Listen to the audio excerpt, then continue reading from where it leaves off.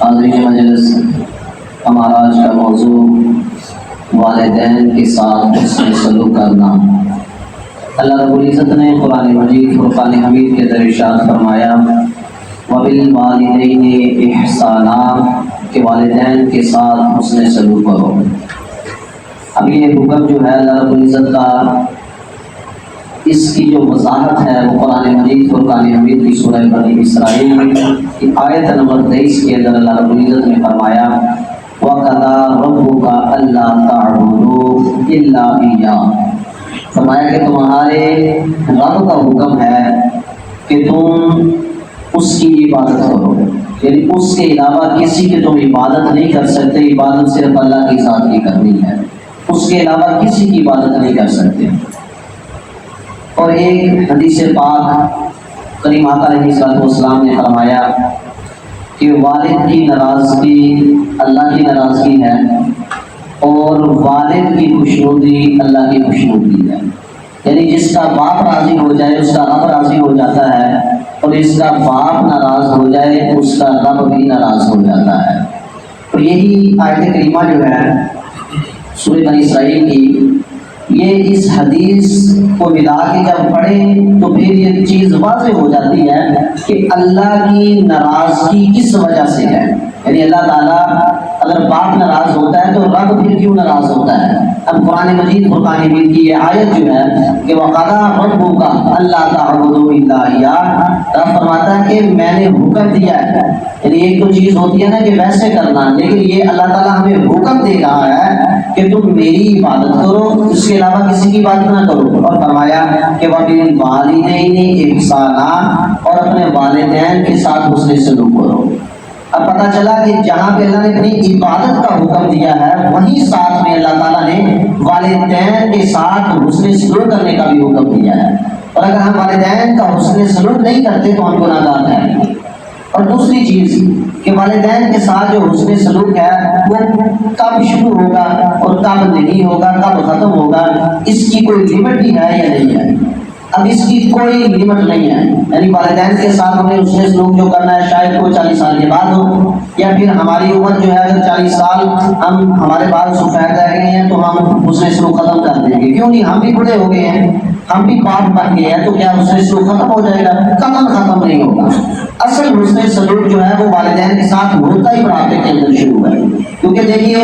40 سال یا 30 سال کی عمر تک والدین تو خود نوجوان ہیں، یعنی وہ اپنی دیکھ بھال خود بھی کر سکتے ہیں، لیکن اللہ رب العزت نے قرآن مجید کی اس آیت کے اندر واضح کر دیا ہے کہ اصل جو حسن سلوک ہے والدین کے ساتھ وہ بڑھاپے کے اندر کیا جاتا ہے، اور اصل اس کا جو مقام ہے انسان کو بھی ملتا ہے وہ بڑھاپے کے اندر جو حسن سلوک کرے گا اللہ تعالیٰ اس کو بھی انعام عطا فرماتا ہے۔ اور قرآن مجید فرقان حمید کی آیت کے اندر اما یبلغن عندک، یعنی فرمایا کہ اگر ان میں سے کوئی پہنچ جائیں عندک الکبر احدہما، کہ ان میں سے کوئی بھی بڑھاپے کو پہنچ جائے، یعنی ماں ہو یا باپ ہو،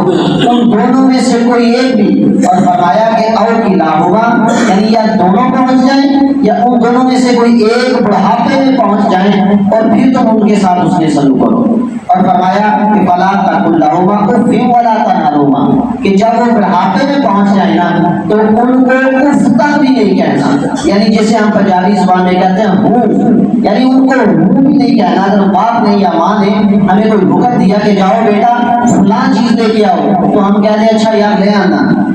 ابا جی کام کی ہو گیا میں کام کر ہی لینا، یعنی باپ کے حکم کی نافرمانی کرتے ہیں۔ ماں نے کچھ کہہ دیا تو ہم الٹا ڈانٹ پٹ کرتے ہیں والدین کے ساتھ۔ یہ قرآن کا فیصلہ ہے، حکم ہے کہ فلا تقل لهما اف ولا تنهرهما، کہ جب وہ بڑھاپے میں ہو ان کے ساتھ حسن سلوک کا مقام یہ ہے کہ ان کو تم نے اف تک بھی نہیں کہنا، اور اگر ہم نے اف بھی کہہ دیا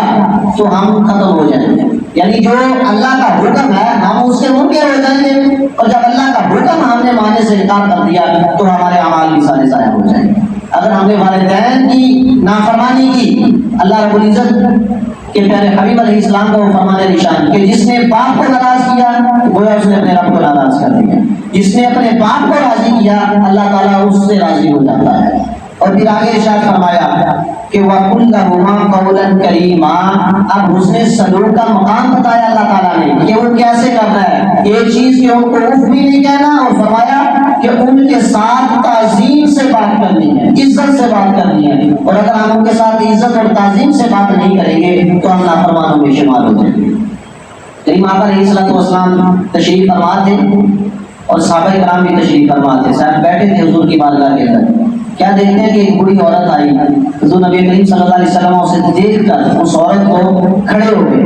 جب کریم آقا علیہ السلام کھڑے ہوئے نا، حضور اسلام نے اپنی کمرے والی چادر کو اتارا